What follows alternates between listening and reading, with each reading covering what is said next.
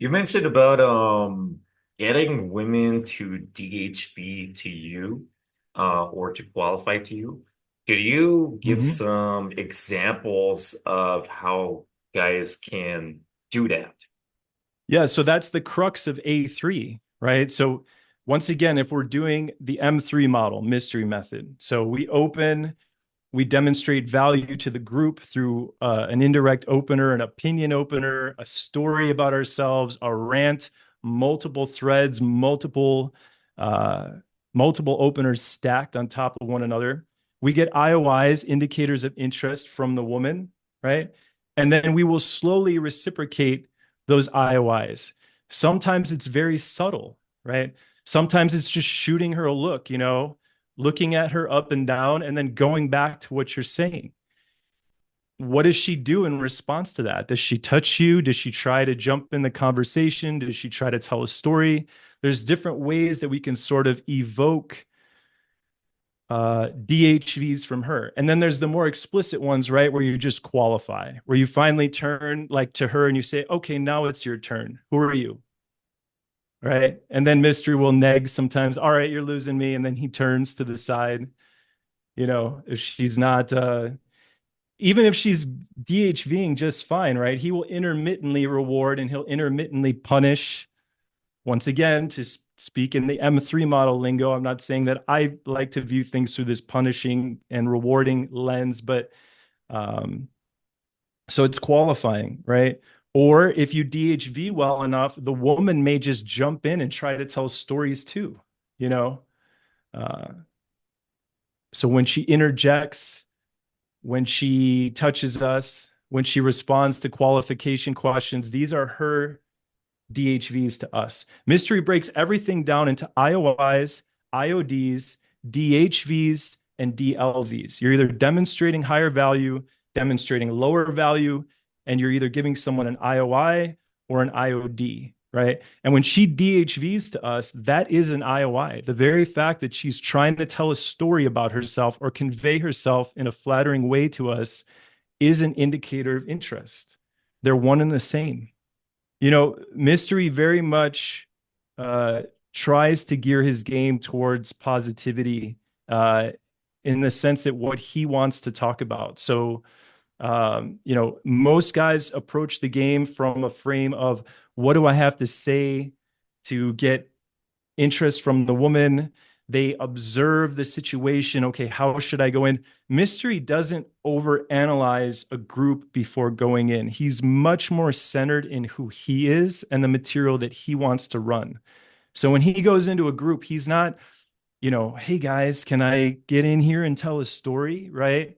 He's not feeling things out. He's going in assuming that what he's about to talk is purely the fact that he's interested in it himself, right? So he's fascinated by something on his mind, right?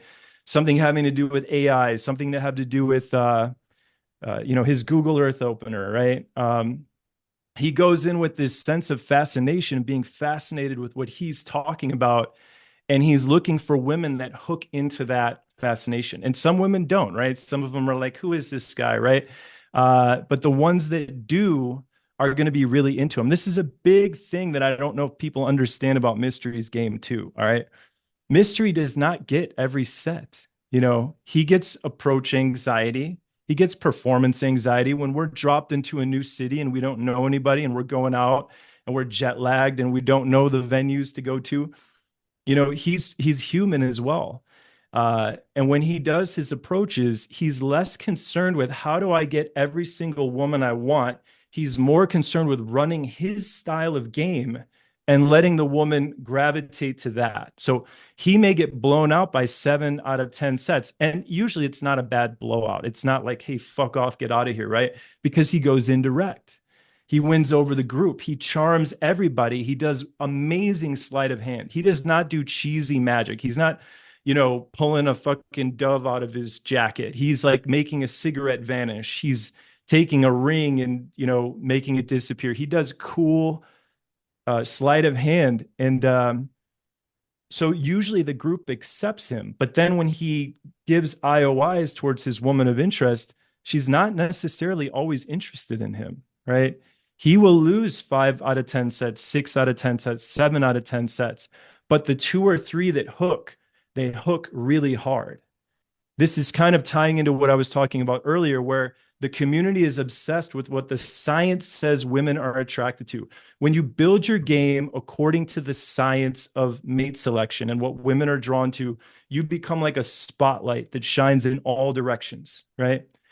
When you appreciate the science and acknowledge the science, but when you focus on the art of the game and you craft the art according to what you like, the style of game that works for you, that you can run sustainably over a long period of time, you become like a laser beam. Not everybody can see that spotlight, but when you shine that laser beam on one person, it's a very intense beam of energy. And the women that are into you are really fucking into you. And when you craft your game that way as well, instead of constantly searching for how should I be, how should I act to get the girl, you are able to refine that skill.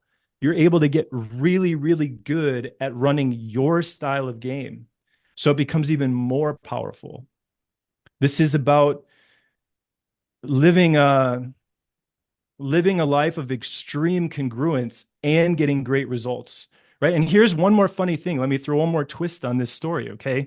You would think that by making your game more laser-like, you're going to get less women total, but you know, the ones that like you are really going to like you. I have found that when I make my game very laser-like, I actually have more options as well because women want a guy that walks to his own beat. Women like guys that don't look for approval from the outside. Women are interested in men that can sort of break social norms and get away with it, or that are just congruent in their identity. So it's just across the board, it's a win for any guy that's still made it to the end of this podcast.